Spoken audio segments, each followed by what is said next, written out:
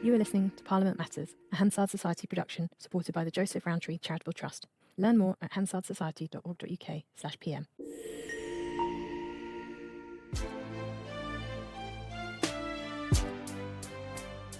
Welcome to Parliament Matters, the podcast about the institution at the heart of our democracy, Parliament itself.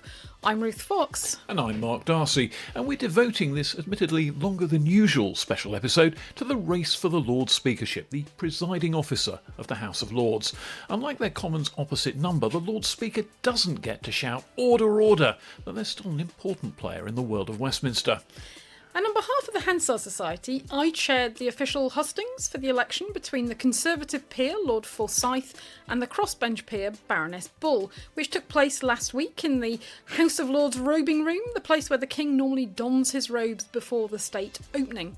And here exclusively for Parliament Matters listeners is what happened.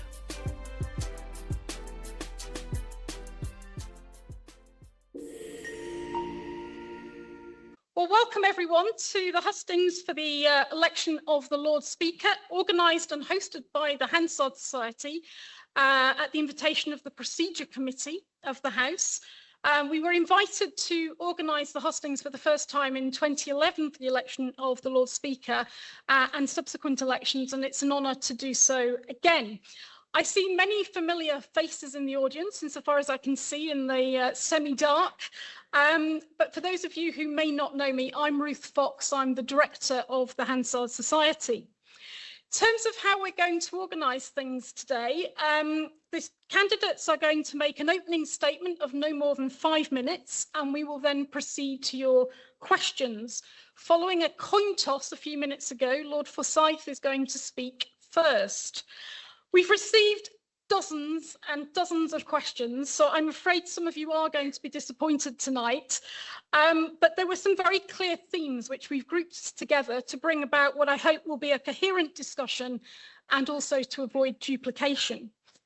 As well as those of you here in the robing room, there are peers watching the live feed in the overspill room and also online. Now, a consequence of having, in effect, 3 audiences is that we have to manage the audio in terms of the recording.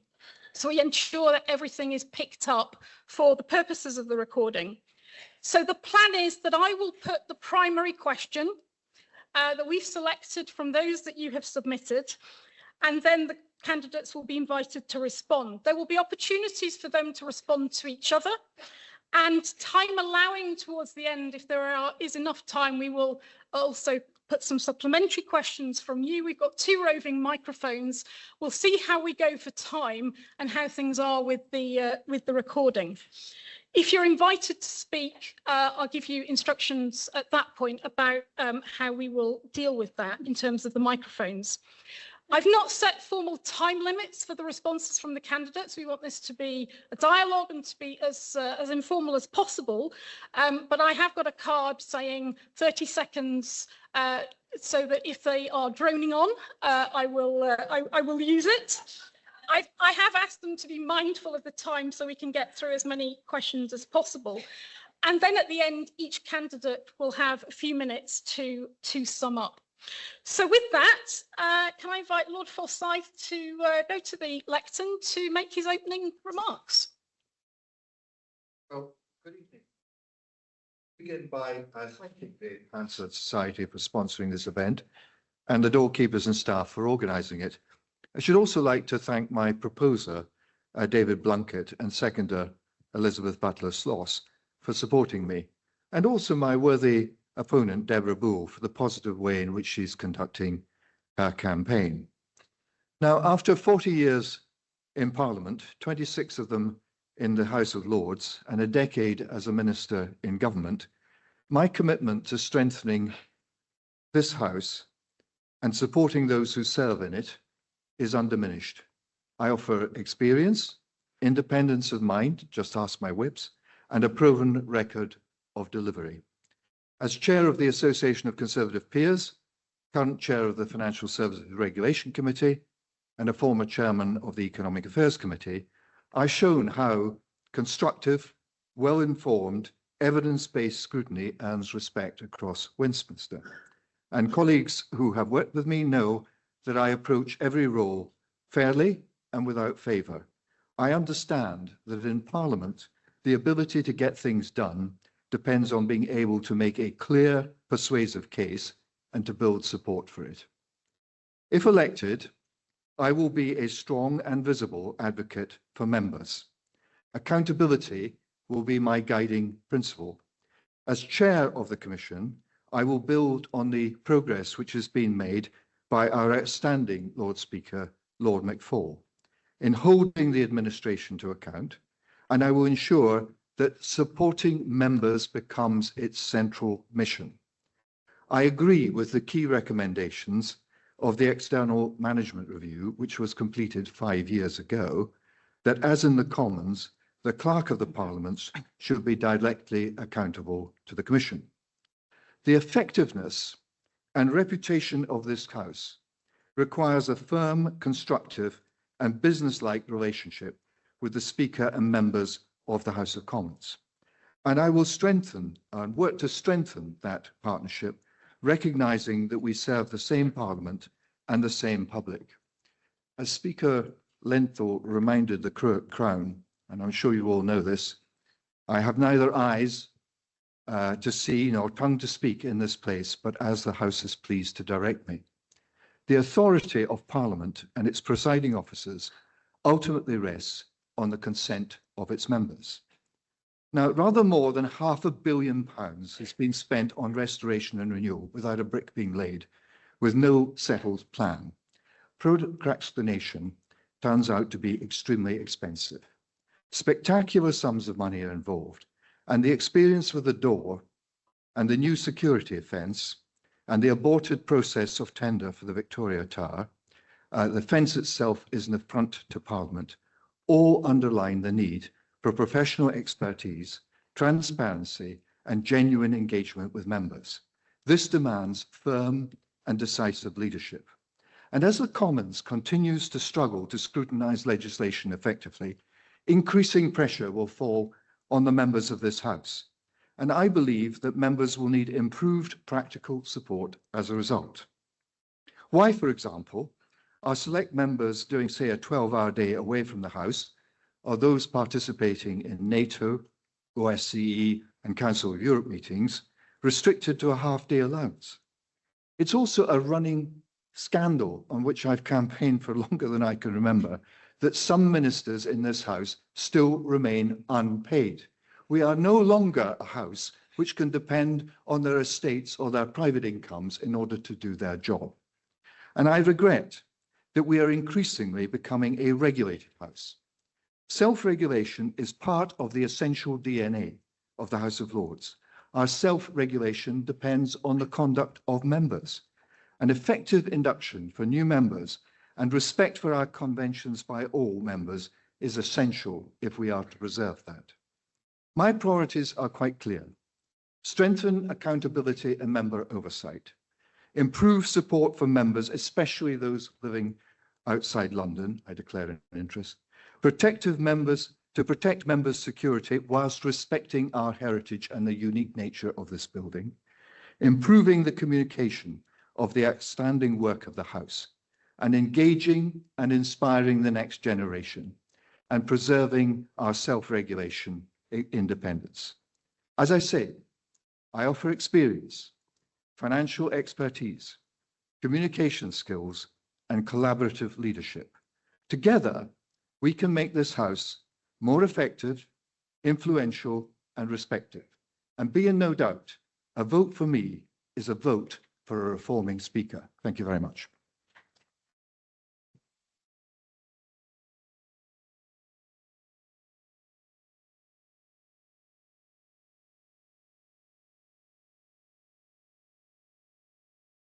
Thank you to everyone for being here today, and I echo the thanks of Lord Forsyth to all those people who have made it happen.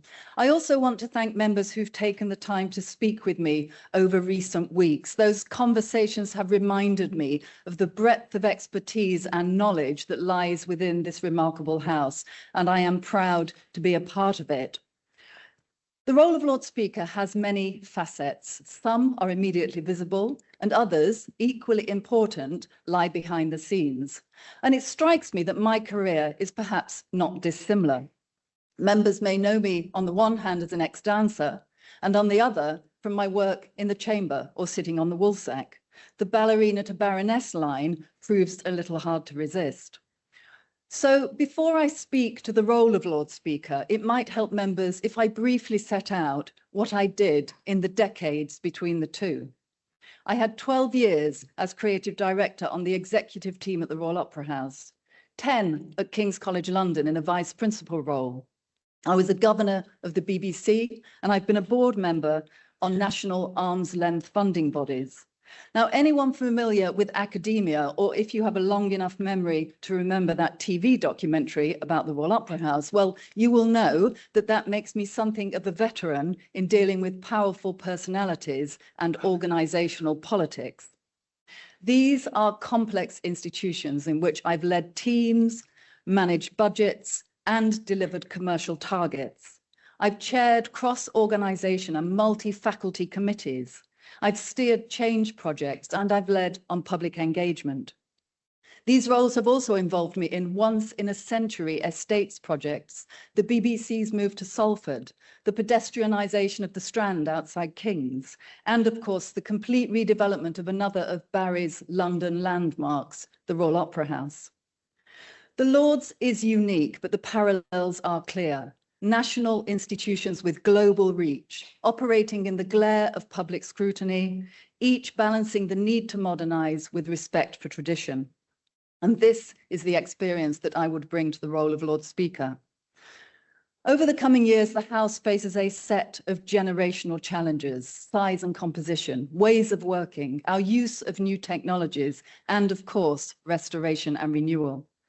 Difficult choices that must be guided by our core purpose, an effective upper chamber whose constitutional role in good governance and good law is understood and respected.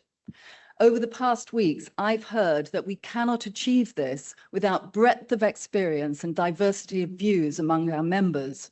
We can't achieve this when working conditions prevent participation. We can't achieve it without effective self-regulation and rigorous adherence to our conventions, robust governance, purposeful advocacy, and a strong working partnership with the Commons.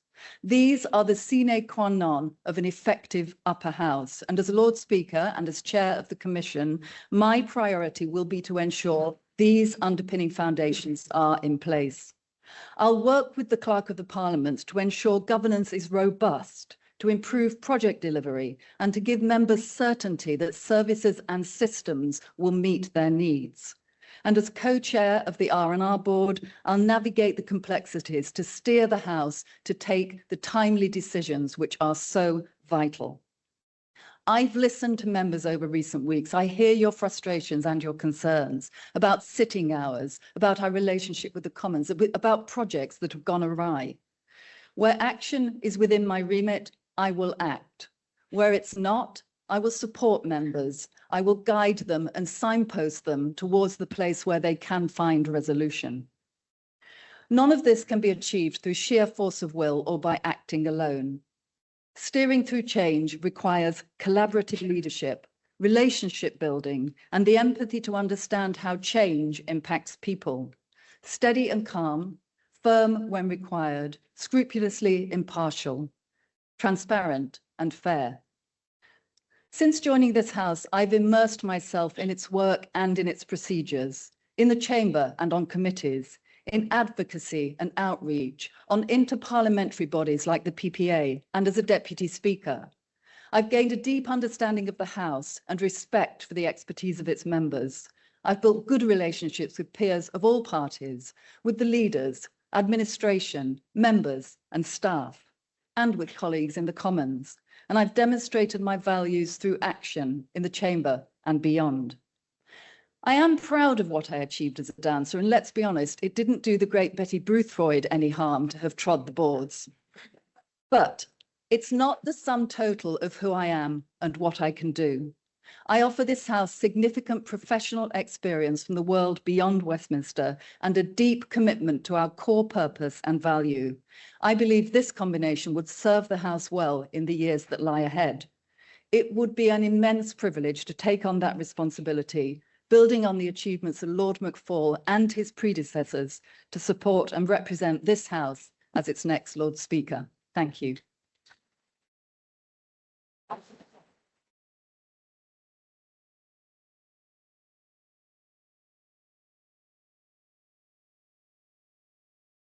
Okay, thank you both. I think we can say that both candidates will be very good as chairs at keeping to time. So I'm going to start with a question from Lord Patel, who I think neatly summarised one of the key distinctive features of this campaign. And it's in two parts. So one part for Lord Forsyth, the other for Baroness Bull. So Lord Forsyth, some say you are too political for the role. How would you counter that? In the same vein, Baroness Bull, some say you do not have sufficient political experience for the role to deal with the political issues. How would you deal with that? So we'll go first to Baroness Bull, because Lord Forsyth spoke first. Well, my first suggestion would be a job share, but failing that, I think I have immersed myself in this House since I arrived, so I do understand the politics of how it works. Of course, I don't bring the deep political and party political experience that Lord Forsyth brings, and which I very much respect. But I do understand how to work here. I think I've demonstrated by my work on the Parliamentary Partnership Assembly that I can work with other politicians to raise issues onto the agenda and to get them into the debate. I take the example of cultural exchange, artist touring and youth mobility, which is now something that is being seriously thought about and talked about, but is something that I have consistently placed on the agenda and worked with colleagues to raise that. I think there is a value to this role being impartial. Of course, it is not a political role. It needs to gain the trust of the whole House. It needs to broker between different parts of the House. As a crossbencher, we make those judgments on a daily basis. So I think that would be what I would bring. Would my judgment be clouded by past political affiliations? Of course not. Would I be alive to politics and happy to work across the political domains? Yes, of course I would. Okay, political. If you mean party political, I don't think that's a problem. Anyone who has observed me in the House will see that I've been pretty independent in my approach to things. If you think that I might be too partisan and political, just talk to any member of a committee on which I've chaired. We've produced reports which have been highly critical. I mean, we did one on social care, for example, when I was doing economic affairs, which had almost unanimous support from the House, but unfortunately not from the government. And it's still lying on the shelf. So no, I don't think that's a particular problem. But if you mean having political skills, yes, I've got political skills in abundance, and my goodness, they're going to be needed. This House is under threat. This House, I mean, what is going to happen if Reform win a large number of seats at the next election? How are we going to handle that? That will require political skills. It will also require relationships in the political domain across party. So actually, it's one of the reasons I'm putting myself forward is that I do believe that I have those political skills and the experience. Look at the fence that's been put up in front of this House. Look at it. What does that say to a public that are sceptical about the merits of the House of Lords? Is it welcoming? Look at the way people arrive at this building. We have a big job to do in getting across the fantastic work which this House does, and that's a political job. And I'm very proud to have these skills and to be able to offer the opportunity to try and do something about that, because I believe this House is under attack, and I believe it is the central, most important part of our Constitution at the present time. Picking up that theme then, there's a couple of questions about the challenges facing the House in the future. So going to what you've said, Lord Forsyth, about the possibility in regard to reform, Lord Cacker asked a question about how would the candidates defend the interests of the House of Lords in circumstances where the government after the next general election were formed by a party with no representation in the House. So perhaps you might speak first on that. Well, we've done it before. We did it when Churchill lost the election after the war. Attlee came in as Prime Minister, one of the most effective Prime Ministers we've had. He delivered a radical agenda of nationalisation, a complete transformation, and the House of Lords didn't stop him. It's where, of course, the conventions in respect of manifesto commitments, which we, I hope, continue to observe, had their roots. So this House is not a platform for political parties to air their policy. This House should be about offering advice to the House of Commons to think again on particular issues. And the usual channels should work in the normal way, which is that we listen to each other's arguments. If the votes are carried, they go down to the House of Commons. And in my day, when I was a minister, the rule was, if you had amendments from the House of Lords, you didn't say, I think these are ridiculous, even if you thought they were. You said, we will consider these carefully, and you did. And some of them you accepted, others you did not. And the House responded accordingly. I'd like to get us back to that position. But as Speaker, of course, your power is limited. But in terms of good government, that was a way. So if there is a reformed government, which is what is behind this question, then this House will need to do as we always do, which is to respect the democratic will of the people and to respond in a positive and engaging way to the policies which they have been elected to implement. Ms. Bull? The Lord Speaker, of course, has no say in the makeup of the House. And as Lord Forsyth says, it needs to deal with whatever the electorate decides. So I think protecting and arguing for the constitutional role of the Lords at that time will become even more important. We will need to keep defending what we're here for and what we do and how we do that in partnership with the Commons. It is very poorly understood at the moment. It is very poorly represented within the media by people who frankly should know better. And obviously Hansard represents it perfectly. I think we need to do much more to promote and explain the value of the Lords. We do brilliant work with young people, but we need to look at which other sectors of the community we need to be engaging with, and particularly people who are on the cusp of political participation. So looking to an older age group and really promoting and arguing for what we do. We will deal with whatever government is elected. That is our purpose. We will continue to fulfill our role of scrutinising the laws that come through and ensuring that they are fair and effective. Okay, you spoke there about young people, and we've had an interesting question from Lord Krebs on this theme. One of the roles of the Lord Speaker is to be the public face of the House of Lords. Please, could you each say how you think you would be perceived by a teenager in a comprehensive school? Baroness Bull first. Well, but strangely, over the last week, I was in 3 different educational settings. One did definitely include teenagers in comprehensive schools, and in fact, one included them in an independent school too. I also worked with the Parliamentary Studies module here in the Lords, so I was working with university students. I mean, so the question is rather personal, isn't it? How would I be perceived? I mean, I can tell you how I was perceived. I was perceived as being open and transparent, as being willing to engage with the difficult questions and willing to spend time explaining what the role of the Lords is. I mean, I do think more broadly, it's one of the roles in which the Lord Speaker does have the capacity to make decisions about what they do. I spoke earlier about the restraints and the limits of the role. One of the areas where they can make a difference is in this question of public engagement. And we see how Lord Speakers have done that. Lord McFall has introduced new podcast corners, and we have the Speaker's lectures.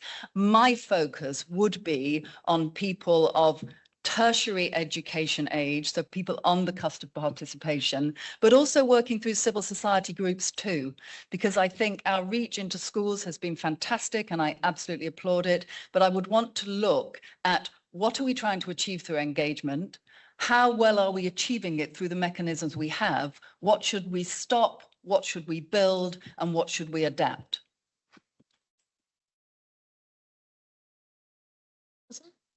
I'd be less concerned about their perception of me than their perception of the House of Lords. The perception of the House of Lords out there is terrible.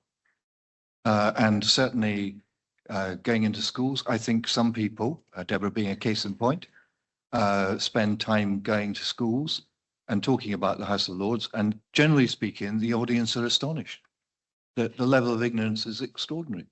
That level of ignorance, it starts at 7 and it goes up to 70 outside there. So we have a big communications job to do. Now, if each of you decide to go off and spend a day visiting schools and talking about, or universities or colleges, because I think these are just as important, talking about the work of this house, you'll be expected to do that. They'll pay your travel expenses, but they won't pay you an allowance, a daily allowance. And to my mind, that is as much part of working for this house as it is turning up in order to vote in the division lobbies. So I think it's vitally important. I also think, I mean, a number of people have said to me, what do you think about morning sittings? And I say, not on Mondays, because people have got to come. This is relevant to this question. I've got to come from outside. So you're talking about Tuesdays and Wednesdays. I'm not against morning sittings, but what's going to happen to those children who come and visit the house and go into the chamber and feel the inspiration of being there if we have morning sittings? So I say, you tell me what you're going to do about that, because I regard that as a vital part of our activity. And I think if you're asking me as Lord Speaker, am I going to spend a lot of time going around the country visiting schools? No, I'm not. There are huge problems of governance and administration and accountability in this place which need to be put right. Of course, I'll do some, but I will encourage others in the House to do more, because that matters, and it matters greatly. And it's not just the children we need to educate, it's the so-called grown-ups who run our newspapers and media services, who have no idea, who constantly portray us in our robes and constantly pick out peccadillos in the House. There's a huge communication job to be done there. And that is one of the reasons I feel really strongly about how this House is underrated and misunderstood and constantly lampooned by, as Deborah says, people who should know better.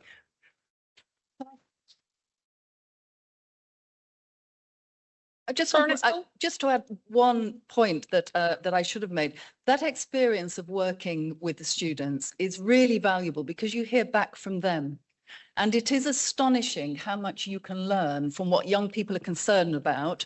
Often they are very engaged with politics and they will tell you what they think. So there's a reciprocal benefit of being out there. And if people aren't doing it, and you can do it online, by the way, in which case you can be in the chamber and have your full allowance. I do encourage people to do that. Thank you, Ruth.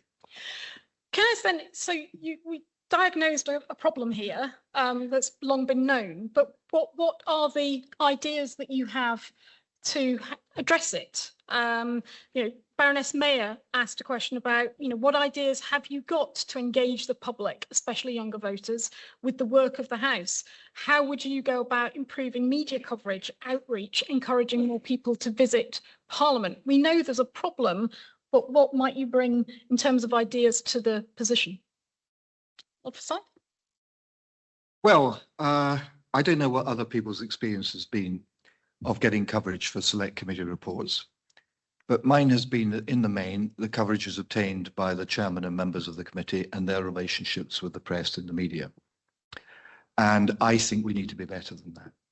I think we need to have, we've got very good press officers, but we need to have real, genuine, outside experience advising us and helping us to get across our achievements. And we need to be much more proud of the work we've done. I don't want to sound boastful or arrogant, but if I look back on, say, the last 10 years on the Select Committee reports, which I've done, or if I look at, for example, the Select Committee report, which was done by the Defence and International Affairs Committee in January, before August, when the American withdrawal from Afghanistan happened, read that report. It says, we are unprepared for the withdrawal of the Americans. We require immediate action. It was ignored by the government, and we know what a tragedy followed as a result of that. If I look at the reports that we produced on HS2 under Clive Hollick's excellent chairmanship and mine, we warned that the estimates and costs were completely out of control, that it would cost far more, that the extension beyond Birmingham had not been properly costed or considered, and we predicted in the end it will result in the thing overrunning grossly over budget and being cancelled, which was a disaster. There are many reports. The great thing about this House is the reports are evidence-based, and they're all party. They're agreed on a unanimous basis, and they're usually right. So we produce the reports. We're pleased if there's a column in the FT. We don't actually then use these reports to engage, and we don't go back and look at them and remind people of what we said. And I think we just need to be far more assertive about the work that we do. We don't explain to people that we sit for longer hours than the House of Commons. I mean, I've watched the House of Commons disappearing at 4 o'clock in the afternoon on a regular basis recently, whilst we've been sitting very long hours dealing with legislation which has not even been considered by them. The public out there don't know that. We need to be more assertive about our achievements and about the quality of people we've got. And I believe if we do that, people will begin to understand that this is an absolutely crucial part of our constitution and in holding the executive of whichever party is in power to account. So I think Lady Mayor's question was about imaginative, creative, new ways to engage people with the work of the House. This has been the core of what I've done. I have spent my professional life taking esoteric specialist institutions and explaining them to a wider public, be that The Dancer's Body on BBC television, be that my series on laws that are still on the statute book for Radio 4.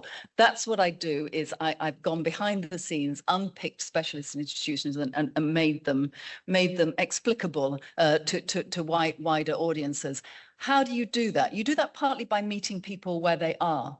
So everybody in this country cares about their livelihoods, they care about their lives, they care about things locally, they care about their schools, they care about the services they get. We, all of us, have connections into communities that we can reach in different ways. So thinking imaginatively about how we use our membership to reach into networks and share what we're doing. We also have an incredible collection. We have the artworks on the walls, we have various artifacts. There is a very good collections advisory group, which is thinking about how the collections can be used as a way to unlock conversations about democracy and about the House. So it's not just coming to admire what's on our walls, but perhaps taking some of those objects and those paintings, either in real or virtual form, and using them to provoke conversations about laws, about how laws are made, how laws impact people, and of course, the role of the House of Lords in making those laws. So I think there are nuanced and imaginative ways to connect with new communities. There are also, of course, the assertive ways that we've heard about. We need to be on the front foot. I am so proud when I hear chairs of committees on the radio in the morning on the Today programme talking about what they've done, or we hear a cross-party group of peers, and we know that means one of our select committees. So yes, we need to do that, but I would agree that we need to take a professional look at how we are communicating, because more communication does not equal more effective communication. So we need to think, what is the message communication needs to be disciplined. What's the message we're trying to get across? Who do we want it to land with? what's the best method for it to land? And then how do we rigorously keep getting those messages out? So I think there is a broad range of things that we need to do, because there's a broad range of things we do here. But I would bring a significant amount of experience of opening up specialist, sometimes esoteric institutions to a wider public in ways that they can engage with the work. Okay, let's turn to some of the procedural nitty-gritty now. Perhaps unsurprisingly, we had the most questions about sitting times and the working hours of the House. So, to you both, a question from Baroness Carberry. What scope do you see for reform of the working hours of the House? Well, it's a matter for the House. I was already touched on this, so don't want to take more time. It's a matter for the House. If you're going to sit in the mornings, you need to think about how the children will be able to visit. You also need to think about the way in which that will affect people who have got outside interests in their ability to participate in the House. And that's the situation for the House. We've discussed it many times. Last time it failed because there wasn't an answer to the children visiting point. Some people say that it's the solution to the problem which we have, which is ludicrous, the House sitting till 1, 2 in the morning. I mean, this is not sensible, particularly, if I may say so, to this audience, where you have an elderly audience. I mean, David Blunkett put it rather well in a speech he made a few days ago, and I was reflecting on that, and I have in my study a picture which was those of us who didn't make the main picture, the other picture in the House of Commons. And I look at that picture, I was looking at it the other day, and many of the people who were my colleagues are now dead. And a lot of them died at quite a young age.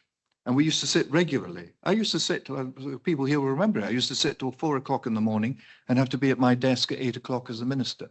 Crazy, yeah?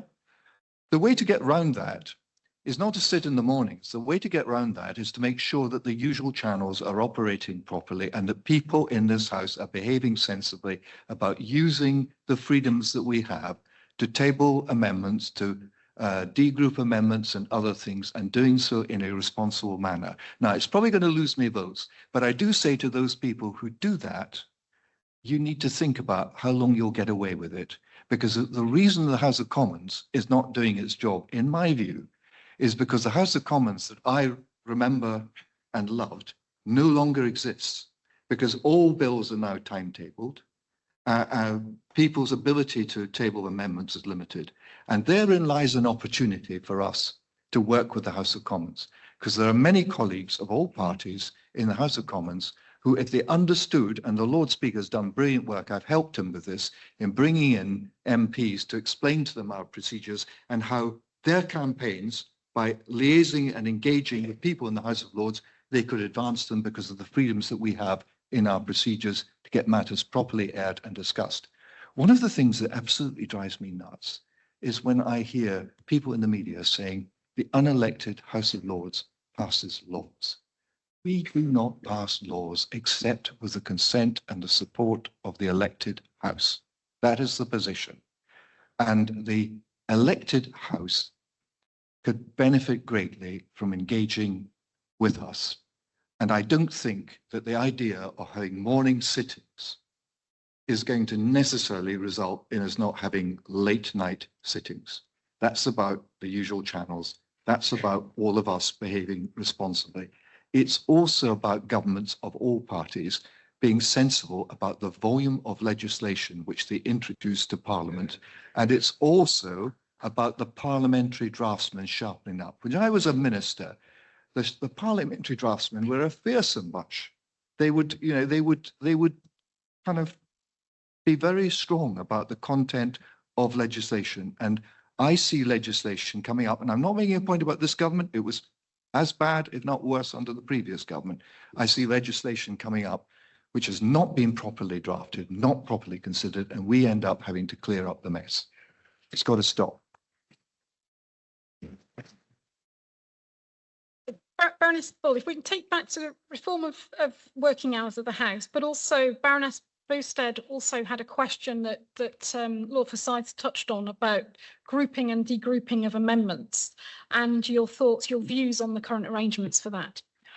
Well, it's sort of two separate questions, and I do want to address the question of sitting times, because in my conversations over the last weeks, this has been an issue that members have raised a lot with me. And I think two things are clear. One, there is complete lack of clarity for new members on how these things are decided.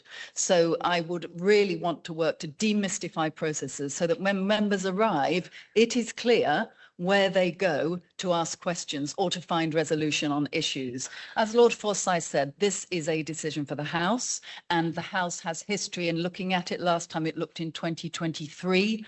There was a motion to retain the existing hours, which succeeded. So we didn't move to 1 o'clock.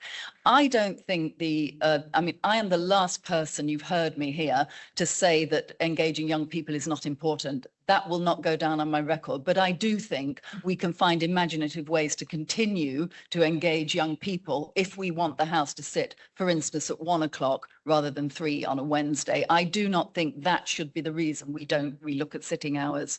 My position will always be that change has to achieve purpose. A more effective House who can fulfill its role in passing good law and whose reputation is not tarnished. I think it's very difficult to be an effective House when we're working in the wee small hours. It's very difficult for our membership to be completely varied and bring breadth of expertise and breadth of backgrounds if it requires us to be here all hours of the day and night. I want to see membership bring diversity of experience, background and views. I don't want people to not be able to participate because they have caring responsibilities or they have families. We need that diversity of view in the House. Now, this will be an issue on which there is diversity of view. We would not all want the House hours to change. We certainly wouldn't want them all to change in the same way. But if members want to address this, then members should be supported to address this and to push it up through the Procedures and Privileges Committee and to put the decision before the House. The Campaign for the Effective Second Chamber is doing some really interesting work on thinking about different ways to use different spaces in order to keep business moving so that the hours are not as long as they are at the moment. So I would support that, but I would say it is not in the Lord Speaker's gift to change those sitting hours, but I would help members get to the place where they can have that discussion. On conventions and self-regulation, members may know from my original statement, and I've already said it again here today, this House stands and falls on its ability to self-regulate and to observe the conventions. And when they fall apart, we risk falling into becoming not a self-regulated House, but a House that's regulated by the whips. And I think we can see that happening already a little bit. I don't hear that is what members want, but it means that when new members come in, and indeed as old members, we have to remind ourselves of the impact of not observing the conventions, of not behaving well in the chamber, of degrouping for the sake of it. And sometimes, of course, there's a good reason to degroup, but we do need to exercise self-regulation as both a collective and an individual responsibility, because without it, the House doesn't function and it leads to the problems of longer hours, lack of effectiveness and damage to our reputation. We've now got a couple of questions that were submitted by Lord Wrigglesworth and Viscount Astor on the question of, do you think the Lord Speaker should chair questions rather than the government chief whip? Baroness Bull. Well, I've sort of just hinted at that, haven't I? I don't think there is any appetite in the House for the Lord Speaker to act as Mr. Speaker and call questions. I did go back to the hustings of last time, actually, and at that time, we were still operating on the basis of speakers' lists. And many of I think all of the candidates talked about speakers' lists as having a benefit in that it encouraged perhaps a greater diversity of questioners. It wasn't about the loudest voices. It feels to me at the moment as if we do have somebody calling questions, and I do understand that the Chief Whip is doing it to try and ensure that we go around the House. But I very much worry that new members, we're not hearing the voices of new members. And I'm thinking about, for instance, and I can see them both here, Questions on the creative industries. Of course, I'll be called. Of course, the Earl of Clancarty will be called. But here's the noble lady, Lady Kane, who has superb experience in the creative industries. I would like the House to hear from her, but it's very, very difficult with the current system. So I think we need to create some generosity in how we operate in the chamber. I'm not for speakers lists, but I am for self-regulation. And yes, as I say, perhaps a bit of generosity of self-regulation. Lord Forsyth? I agree with Deborah. I think when I first came to the House, I can just about remember, if we didn't have going round the House, you know, it's Labour's turn, it's the Liberals' turn. We had a convention that we always gave way to the crossbenchers, actually, and the bishops. I'm not advocating that. And the kind of the convention was if bloggers got up to ask a question, but someone else got up, and it wasn't their party's turn, but they were an expert in their subject, everyone gave way. And I'll give you an example. Actually, it worked this week. But a few question times ago, Ken Baker, you know, who was an outstanding Secretary of State for Education and who has set up colleges up and down the country, is 92 years of age. He got up to speak, but actually our front bench got up and he wasn't able to speak.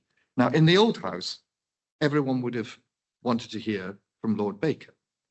And if the front bench had got up, and in those days, of course, we would have been very against the front bench getting up, because we'd say it's backbench questions, not front bench questions. And when Lord Baker got up, if somebody else was challenging him, the House would say, Baker, Baker, Baker. What is happening now is that we've got into this idea that you go around the House and it's a party thing. That's pretty bad news if you're an unaligned member of an unaligned group.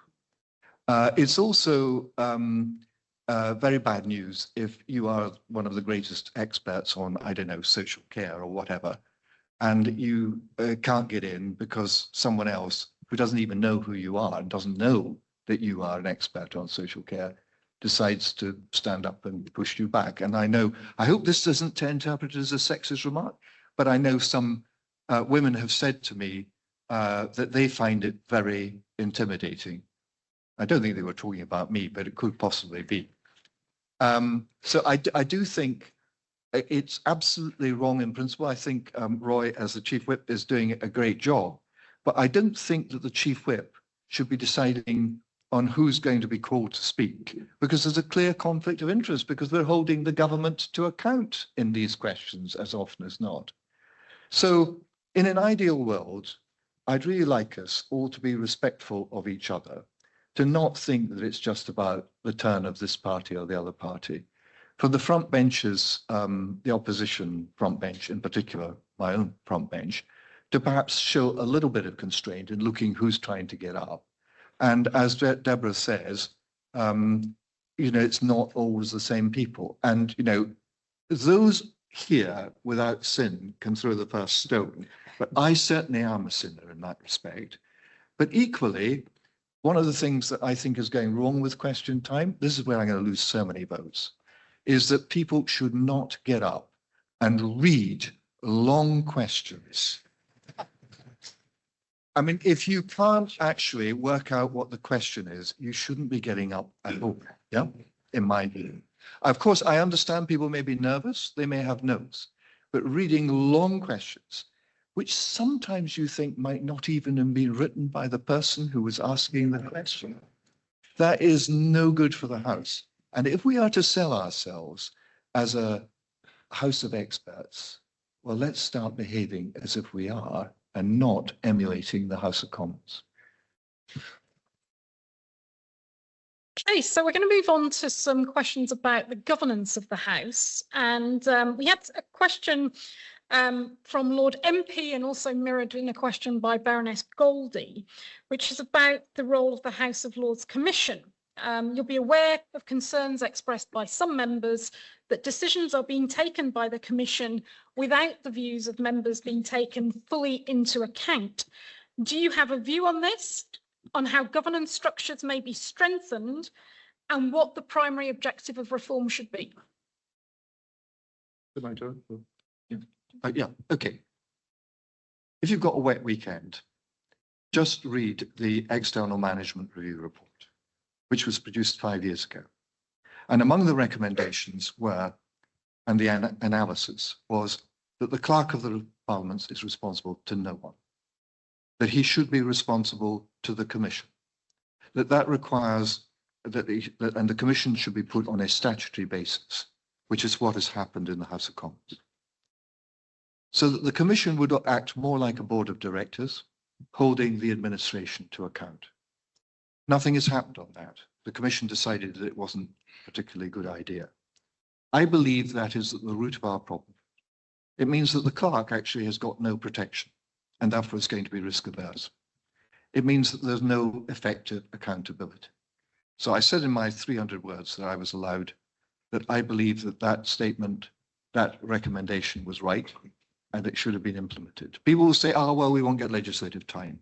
Could be a private member's bill. With agreement, it could sail through the House. The report went on to say, if you can't get the legislation, perhaps the Commission and the clerk could operate as if that was the situation. As it happens, the Commission, in my view, is used as a kind of rubber stamp and is put in its place as you're here to give strategic direction, don't interfere. And, you know, I have enormous regard for our Lord Speaker. I think he's done an absolutely brilliant job in trying circumstances. And and that is because the governance structure and the relationship between the clerk and the boards is not something that you would find in any other organisation that I can think of, and it needs fundamental reform. Baroness Bull? So we have a very complicated governance model here. I mean, I know a bit about complicated governance. I was part of the BBC board that oversaw the transition to the trust. So the noble Lord Grade is smiling there. We know about complicated governance structures. This governance structure is perhaps even more complicated than most. And if you look at the governance framework, you will indeed, your brain will be pickled by just how complicated it is. In my experience, complexity leads to misunderstanding, it leads to wrong expectations, it leads to things happening in duplication, and it leads to things falling between the crack. Now, I know that there are people who would like to see the EMR implemented, or at least to see it treated as if it was implemented, but Not all of it. sorry, Not all of it. not all of it. Sorry, I apologise. That recommendation of the EMR was treated as implemented, but the Clerk of the Parliament is a Crown appointment and has statutory responsibility and authority here. So if something goes wrong, that's the person who's in the dock, not the Commission. So unless the law is changed, it would be unfair to place that responsibility on the Clerk of the Parliament. We have the opportunity of a new incoming Clerk of the Parliament, and there's been a second review, the Moore review, which looks at the EMR and the effectiveness of how it's been implemented. I've had multiple conversations with the incoming Clerk of the Parliament about this, and we both agree there is a need to clarify and simplify the existing structures, to demonstrate more clearly to members how their needs inform overall strategic direction as well as delivery on the ground, and to ensure the Commission holds the Clerk of Parliament to account. And there are many ways that that already happens. The job description for the new Clerk of the Parliament, for instance, has an annual review of her role and the administration that wasn't there before. So there are already accountability measures. Do they need to be applied more rigorously? Almost certainly. The Moore Review also found systematic failures in member engagement. And this is something that I looked at. I sat on a group with Lord True maybe 2 years back, and it's one of the things we found. Member engagement isn't effective. It's not, there's no clarity and consistency in how members are engaged. It's not clear the points at which we're being asked for our opinion. It's not clear how that opinion is being dealt with. They're not coming back to us to say yes but or no but, and so members are not engaged, their expectations aren't clear, and they're left in the dark.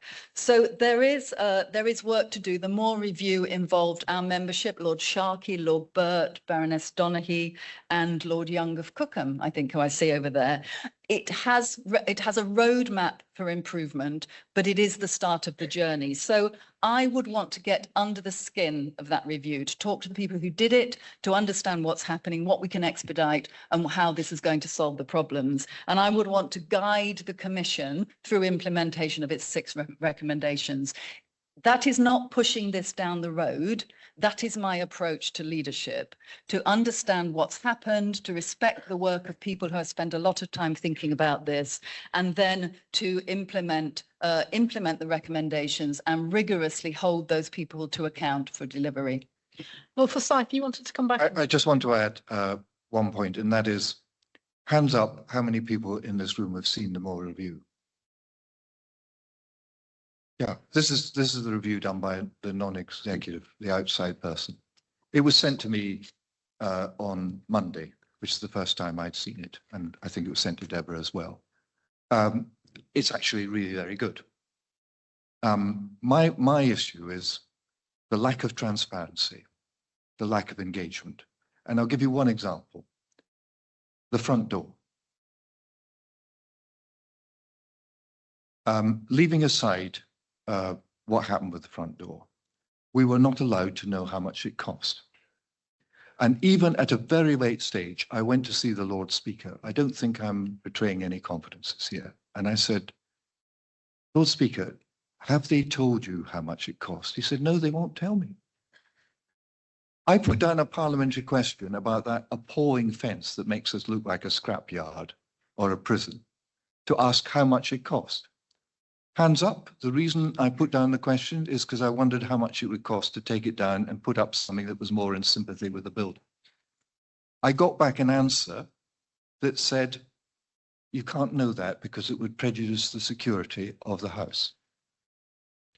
Now, you also don't know, and I've spoken to the Sergeant of Arms, or Black Rod rather, sorry, still Black Rod, to say, is it okay if I reveal this, that on St. Andrew's Day, those who are not Scots, that was the 30th of November, which was the Sunday. An intruder got through a hole in the fence. No alarms were set off. And it was 35 minutes before he was detained in the Cholmondeley room by an electrician who was working that day. So I think that the fact that our security and our accountability for our security does not reside with the Commission and with Black Rod is not actually resulting in our protection. And I think our inability to discuss these matters, the fellow who climbed up at the other end of the building onto the Elizabeth Tower, we're not allowed to discuss that. Now, when I was in the House of Commons and a man called Fagan got into the Queen's bedroom, the Home Secretary offered to resign. We had a full debate about it. So it's just not enough. There have been 3 reviews that I'm aware of in the last 10 years, which have talked about improving governance, and nothing has changed. And we need more transparency. We need to know what the costs are. We need to know, how many people in this room know that nearly £40 million was lost on the Victoria Tower because the contract process was incorrectly carried out. That's all kept secret from us. And therefore, it's very easy to assume everything's fine. It's not fine. We need change.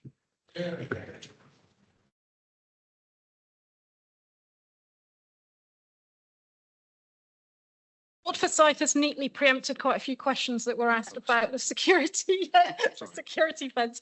So, Baroness Bull, your thoughts on those issues and how you essentially can achieve accountability in financial decision making.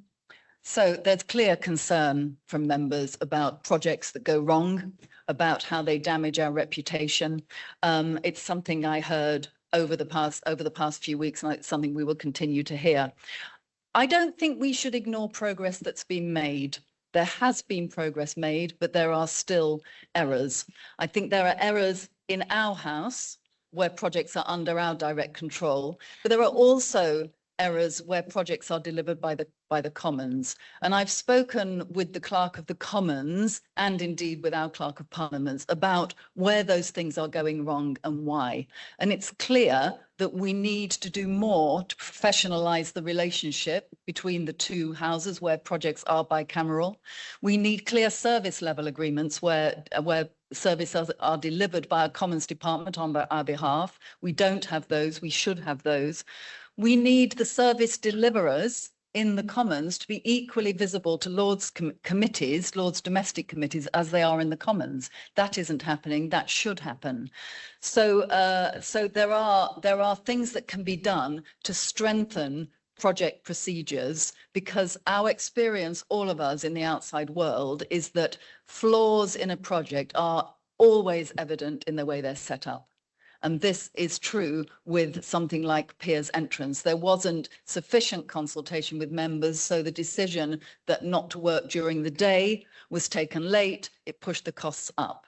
All of these things need to be baked into professionalised working relationships between this House and the Commons, where projects are a matter of shared delivery.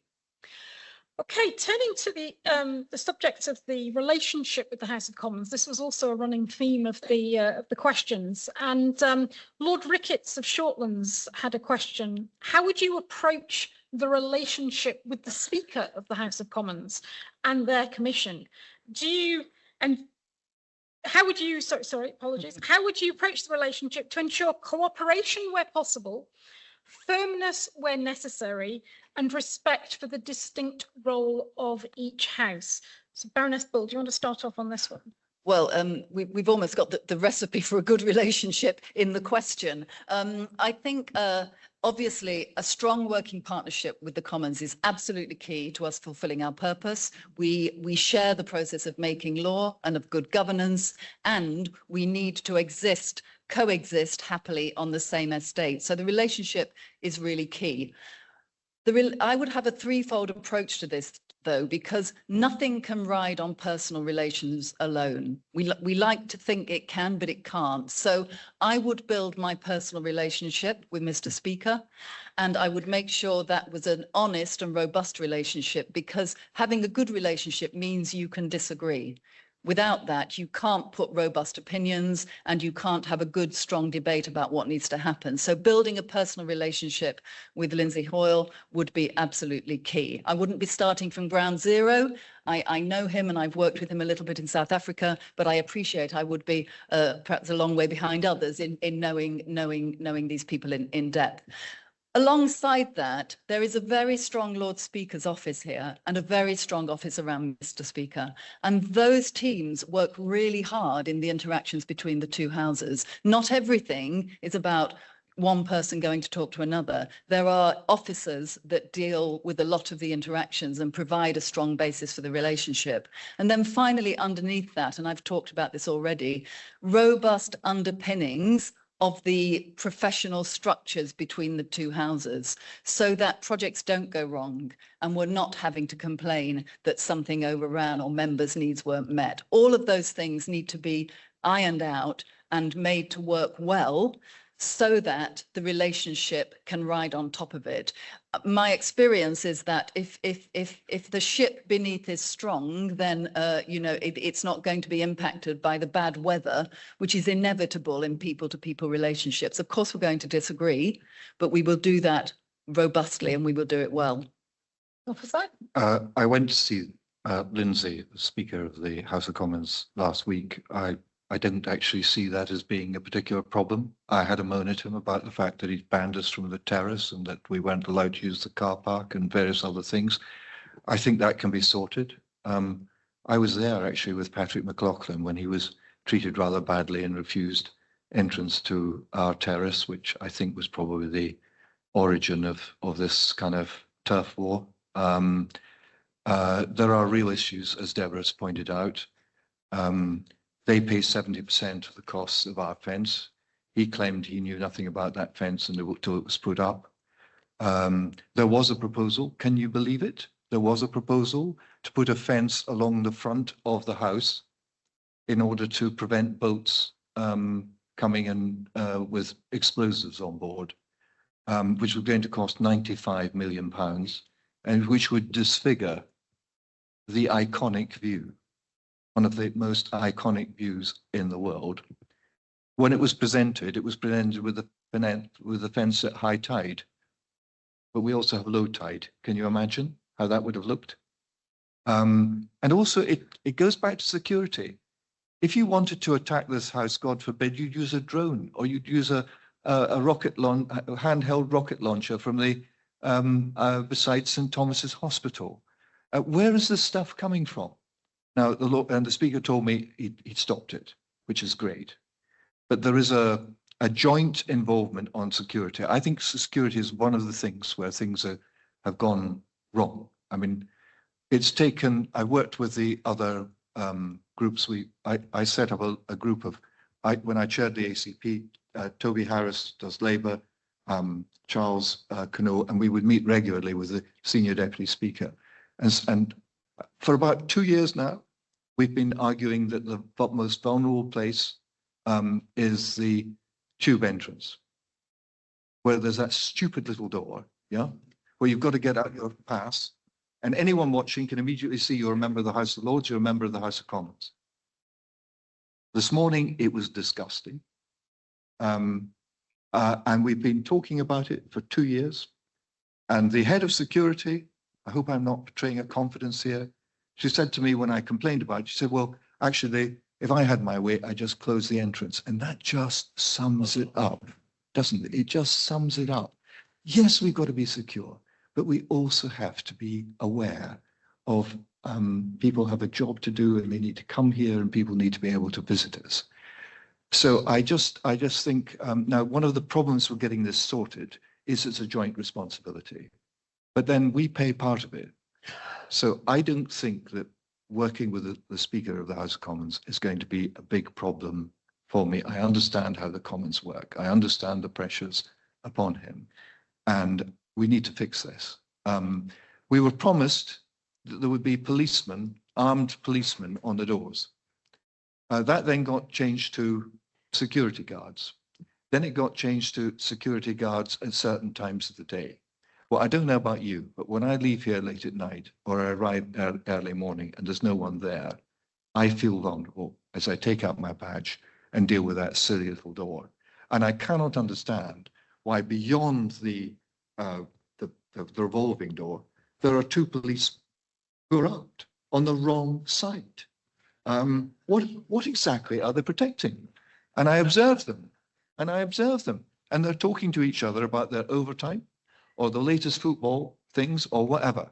Whereas I think, I'm told, you're not an expert on security, you don't understand this. Well, I think they should be outside there in the tube entrance. Just getting a note saying I'm talking to you. Right. Can we move on to a question of how you would approach these difficult and intractable issues? So Lord Cromwell asked a question about major institutional changes like, for example, restoration and renewal, or ways of working or governance reform. They will, as he described it, they may provoke either impatience or resistance in different groups. So what approach would you take to leading the House through necessary change in a way that is steady, constructive, and brings people with you? We know that you've identified the problems, but how would you then approach it in terms of your ways of working? Is it me? Baroness Bull, sorry. Sure.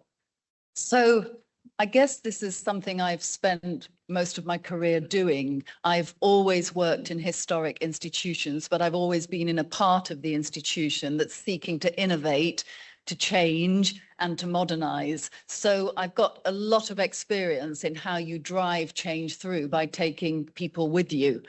All change requires organizational shifts. You know, somebody's going to have to move up, somebody's going to have to do something differently.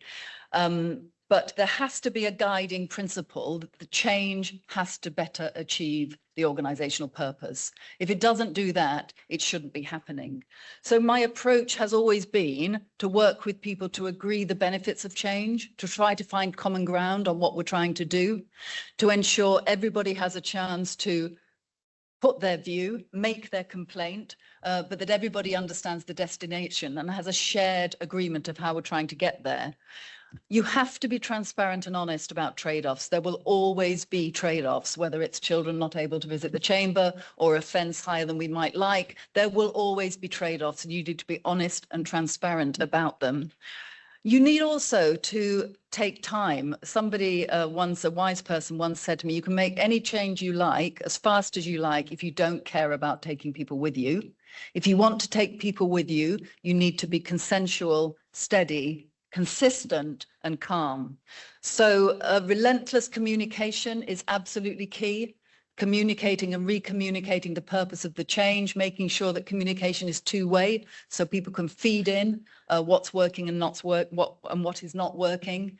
But it seems to me that while heroic leadership is always very appealing, actually real change requires collaborative leadership because we all have to get on board with this. So my approach would be to be clear, to be inclusive, and to try to bring people along with that change. Lord Forsyth? Oh gosh, restoration and renewal. It's been going on for years. We've spent a fortune. As I said in my opening remarks, procrastination's very expensive. We just need to take a decision, but it's got to be an informed decision. I understand that we may actually be close in the new year to being told what that decision should be. I don't know what the decision should be because, unlike most people in this room and listening to this broadcast, none of the information about costs or anything else has been made available to us. I'm told the latest proposal would cost £15 billion.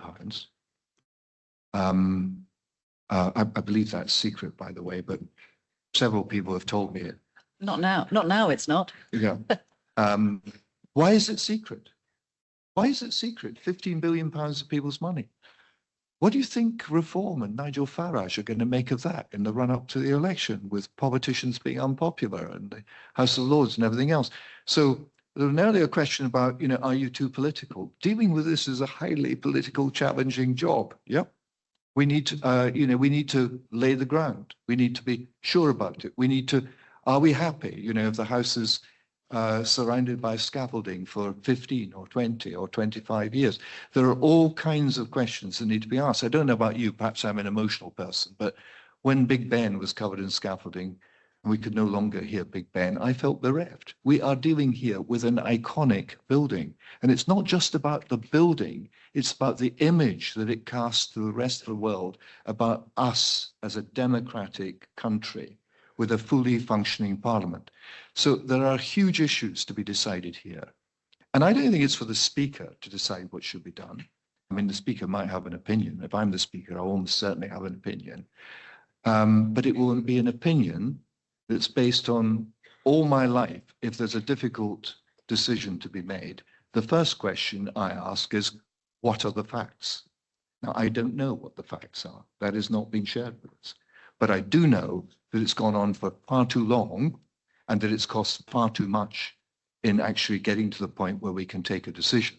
And part of that has been driven by self-interest on the part of people in the other place. But we do need to look at this as it's not just about saving a building.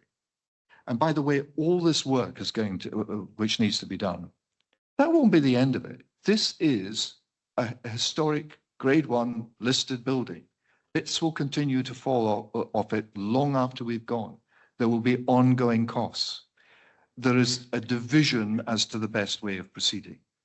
But in the end, it will be for you and people in the House of Commons to decide what should happen. And I think it's the role of the Lord Speaker to make sure that people are given the facts and the information upon which to make a sensible decision, bearing in mind what the people of this country would expect of us, given the current situation we're in. Baroness Bull just wants to come back on the R&R issue. Well, just briefly on R&R, I absolutely agree. This is a UNESCO World Heritage Site. It is the global beacon of democracy. We have a responsibility to this as a building and as a place of heritage, also as a safe workplace for, well, thousands of members of staff and MPs and peers. At the minute, we are at risk of being perhaps almost on the verge of being unsafe, and that isn't fair on people who work here, including members. I think we shouldn't, it's tempting to say nothing's happened. It's tempting to say it's all terrible. And I agree with Lord Forsyth. There have been too many mistakes along the way. But I do want to pay tribute to Lord McFall in his role as chair of the commission, because of course the Lord Speaker also acts as chair of the commission. As Lord Speaker, one may or may not have a view, and one has a role in encouraging members to engage with the information and to take the right decision as a house. As chair of the commission, the Lord Speaker has a massive amount of work to do, and I know Lord McFall has done this most effectively in navigating the complexities, bringing different voices together, and, you know, our fingers are crossed and we wait with bated breath, but we think we may be at a place where in the first quarter of next year, both houses can take a decision which would unlock a common set of projects, a set of projects that are common to both options, the phase one projects, so that money spent from this point onwards would be leading towards a solution for the long term. So while I share much of the frustration and the figures and the delay and the procrastination, I do want to pay tribute to the Lord Speaker and the members of the Commission who've been working as part of the R&R board to move this thing forward. Well, can I just comment on that? Briefly, because we're running out of time. This is a really important question. I mean, we're talking here about billions of pounds of expenditure and the future of this House of Lords and the House of Commons. The key thing, it seems to me, is that none of us know the facts.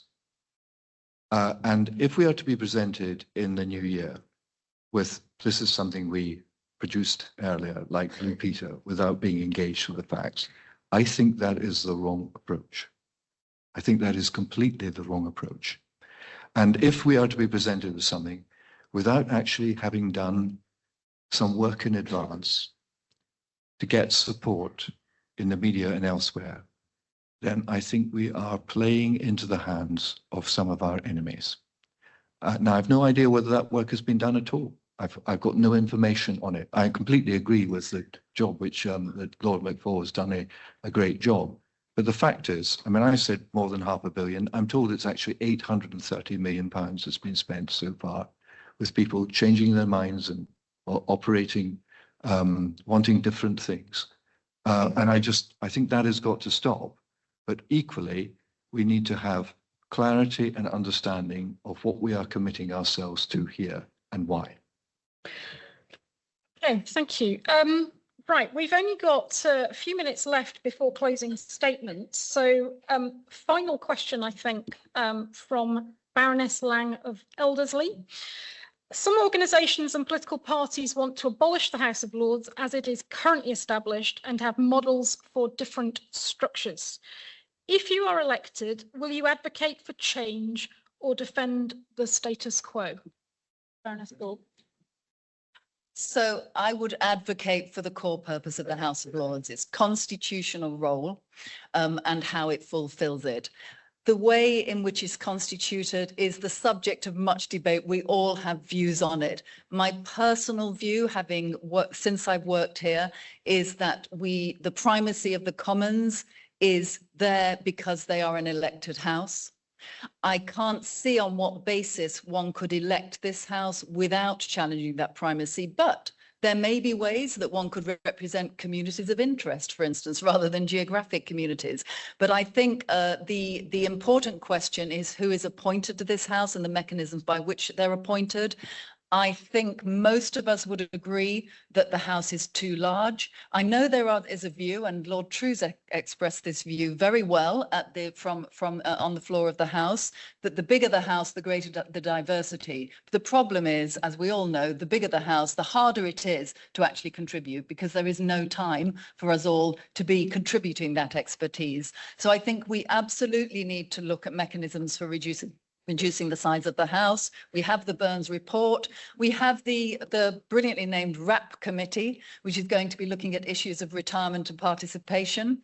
And that will do some work on options for the House to come before us. But I would see my role as continuing to advocate for the importance of this House in passing good law in partnership with the Commons, and I would support discussions about reduction of the size of the House towards us being more effective.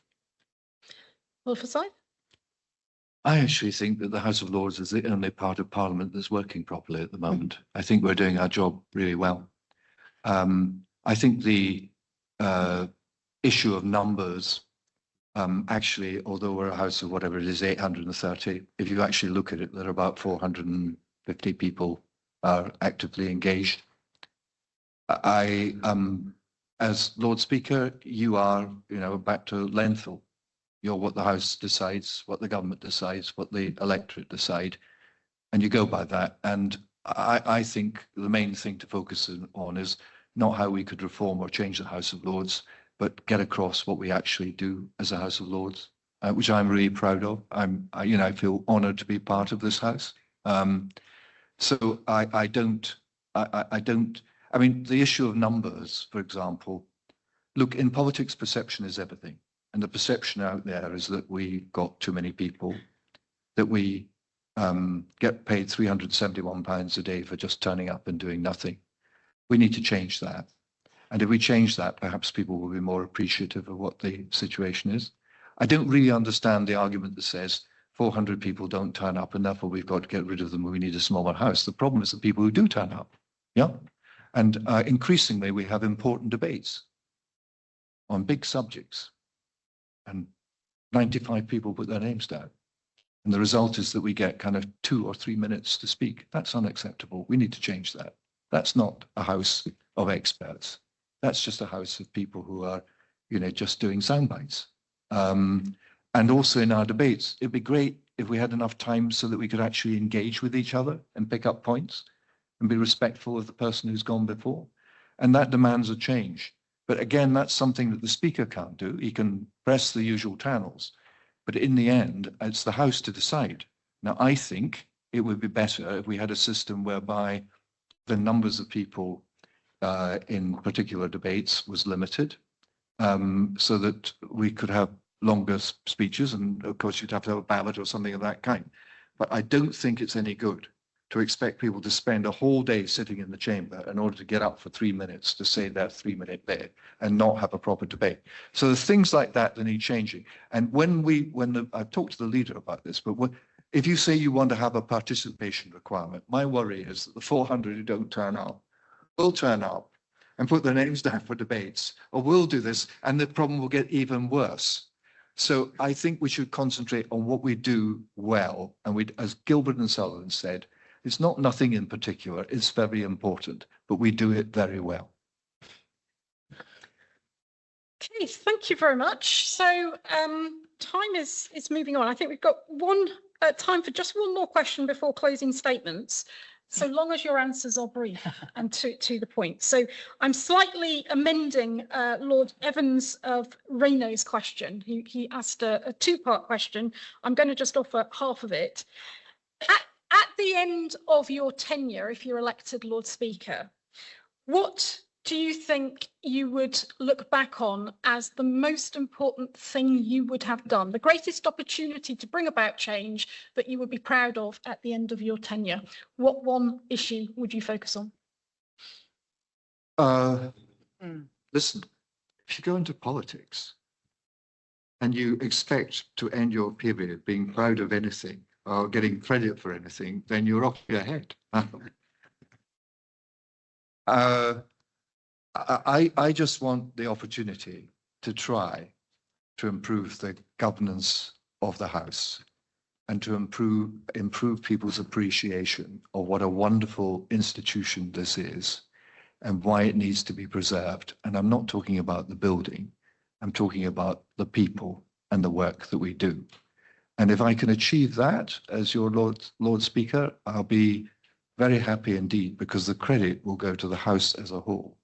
And I just slip quietly into the night and spend a bit more time with my grandchildren like I promised I would do last year.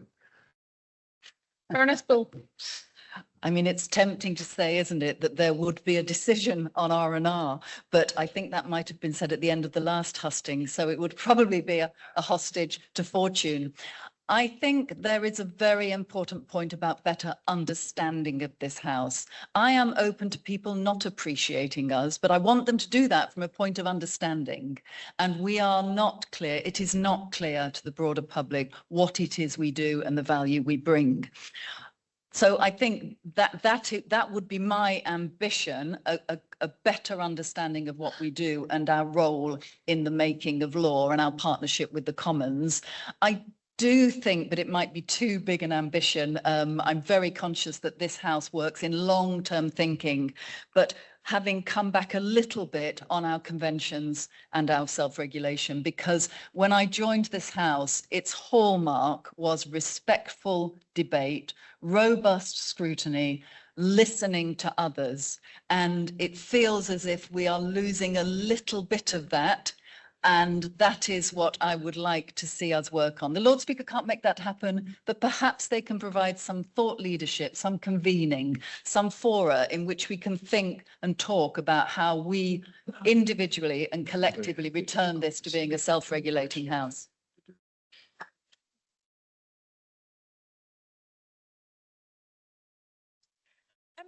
Right, we're going to turn to closing statements. It's an opportunity for the candidates to just make their final pitch to their electorate, at least for this evening. I'm going to ask Baroness Bull to speak first, as Lord Forsyth spoke first in the opening statements. So, take it away. Thank you. So I want to close with very few words. Firstly, to thank everybody for being here, for engaging, for sharing your questions. Thank you for the conversations we've had in the weeks leading up to this. Thank you for the conversations I know we're going to have in the weeks after it. I want to thank Ruth Fox for chairing this. And I also want to thank Lord Forsyth for sharing this stage with me. It's been a privilege and a pleasure. I'm very grateful to have had this chance to share with you all my belief in this House, my respect for its purpose and the qualities and the skills that I would bring to the role of Lord Speaker. I want to leave members with three thoughts. First, I understand the role. I understand its remit, I understand its potential, and I understand its boundaries. Change will not happen in this House by one person working alone. Collaborative leadership will matter, and that is the experience that I would bring. Second, I bring significant and relevant experience from the world beyond Westminster. I believe that will be important to the House as we navigate the changes ahead. And third, while I believe in purposeful change, I promise that I will respect and be an effective custodian of this role. I will hold this institution with care. Finally, my professional career has taken me across 4 different sectors, and at each transition I've been underestimated, and yet I have delivered. So I'm aware I've spoken today at length about my experience outside politics and what I've done beyond dance. I apologize for that, but I've done it with one purpose in mind, which is to give you as members the information you need to make your choice about the next Lord Speaker. So I want to finish by reassuring the House that forefronting myself in this way is not my natural style, and nor is it how I would fulfill the role. If I were elected as Lord Speaker, my voice would be your voice. I would dedicate the next 5 years to promoting this House, preserving and protecting its reputation, and relentlessly promoting the value of its constitutional role. Thank you.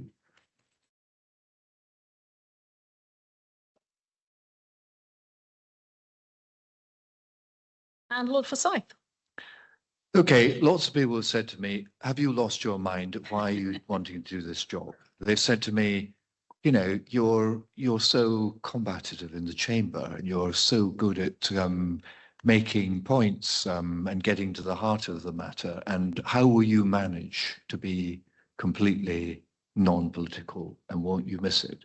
Some people have said to me, I see quite a lot of Labour people are voting for you. You do realise that's because they want to get rid of you from the chamber.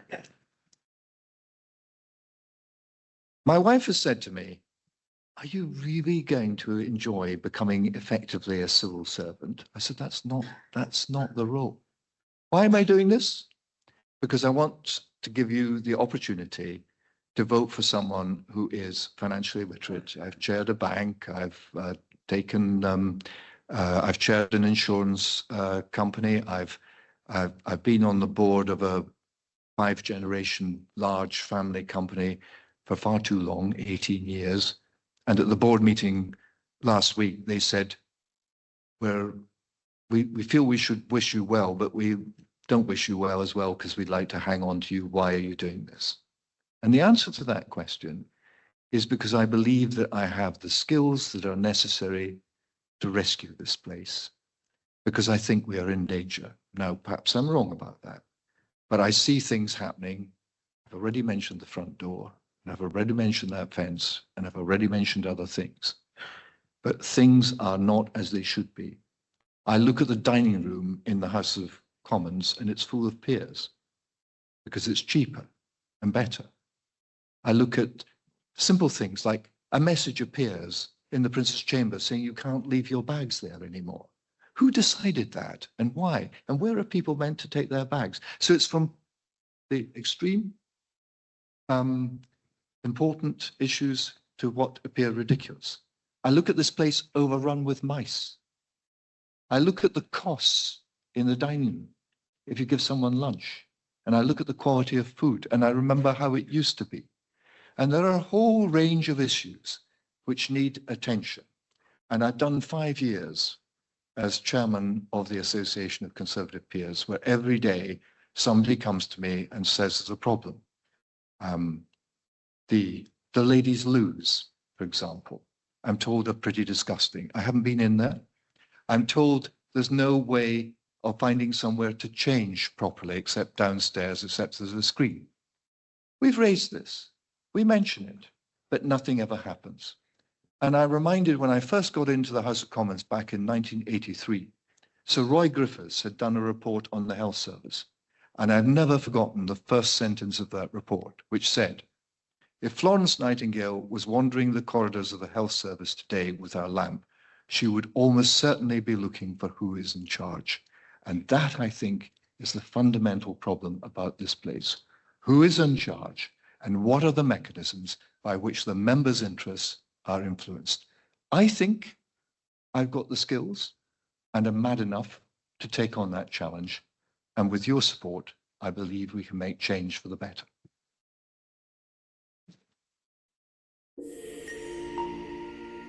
So that was Lord Forsyth and Baroness Bull describing how they would conduct themselves from the Woolsack as Lord Speaker if they win the race.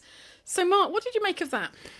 Well, it was the Lords talking to the Lords about the Lords, so it was a very internally focused discussion, and there was a lot of stuff about the governance of the House, which may seem fairly uninteresting and perhaps unimportant to people outside, but which matters a lot to their lordships because it bears directly on how well they can do their job. And lots of internal issues there about the security door that's been put up at the Piers entrance, about the huge security fence that has sprung up in front of the car park in front of that entrance, both of which seem to be rather resented by peers. I was also struck by quite how beleaguered some of the contributions sounded. There's a lot of talk of people don't really understand what the Lords does, don't really rate its product, even though it's quite important stuff. Michael Forsyth in particular, I think, talked a lot about that. And I think it's going to boil down to a choice of whether they want someone who presides and is a chair, or whether they're looking for someone who's a bit of a street fighter to go in and bat for the House of Lords in circumstances where a lot of people want to reform it or possibly even abolish it. Yeah, and that is a distinctive difference between the two candidates, isn't it? That Baroness Bull, that was one of the questions that was asked, is she political enough, or is Lord Forsyth too political? So that is essentially the judgment that the House of Lords has got to make. Voting for the new Lord Speaker takes place from the 6th to the 8th of January, and we're expecting an announcement sometime the following week. And whoever wins the race will take to the Woolsack for the first time on the 2nd of February. So good luck to both of them. Hope we can get them on the pod. Great. Well, I think, Mark, that's all we've got time for this week. But perhaps we should, before we go, tell listeners what the festive goodies are to come over the Christmas and New Year break. Look out, first of all, for our conversation with the historian Robert Sanders on whether or not the job of Prime Minister has now become impossible. And Royal correspondent Valentine Lowe talks to us about his new book about the relationship between the Royals, Downing Street and Parliament. We talk to the chair of the Electoral Commission, John Pullinger, about why Britain's electoral system should be seen as part of our critical national infrastructure and protected from foreign interference. And Ellie Chowns, the Westminster leader of the Greens, talks about life as a new MP, having Zach Polanski as their leader outside Parliament, and what it's like to be soaring high in the opinion polls. And we'll be back to our normal parliamentary podding on the Friday the 16th of January. So listeners, we hope you have a great Christmas and a good start to the new year. But if you're in the holiday spirit, perhaps you might give us a 5-star rating on your podcast app to help us grow the Parliament Matters audience. It helps other potential listeners find us. And if it's not a 5-star rating, well, don't bother. See you in the new year. Goodbye for now. Parliament Matters is produced by the Hansard Society and supported by the Joseph Rowntree Charitable Trust. For more information, visit hansardsociety.org.uk/pm or find us on social media at Hansard Society.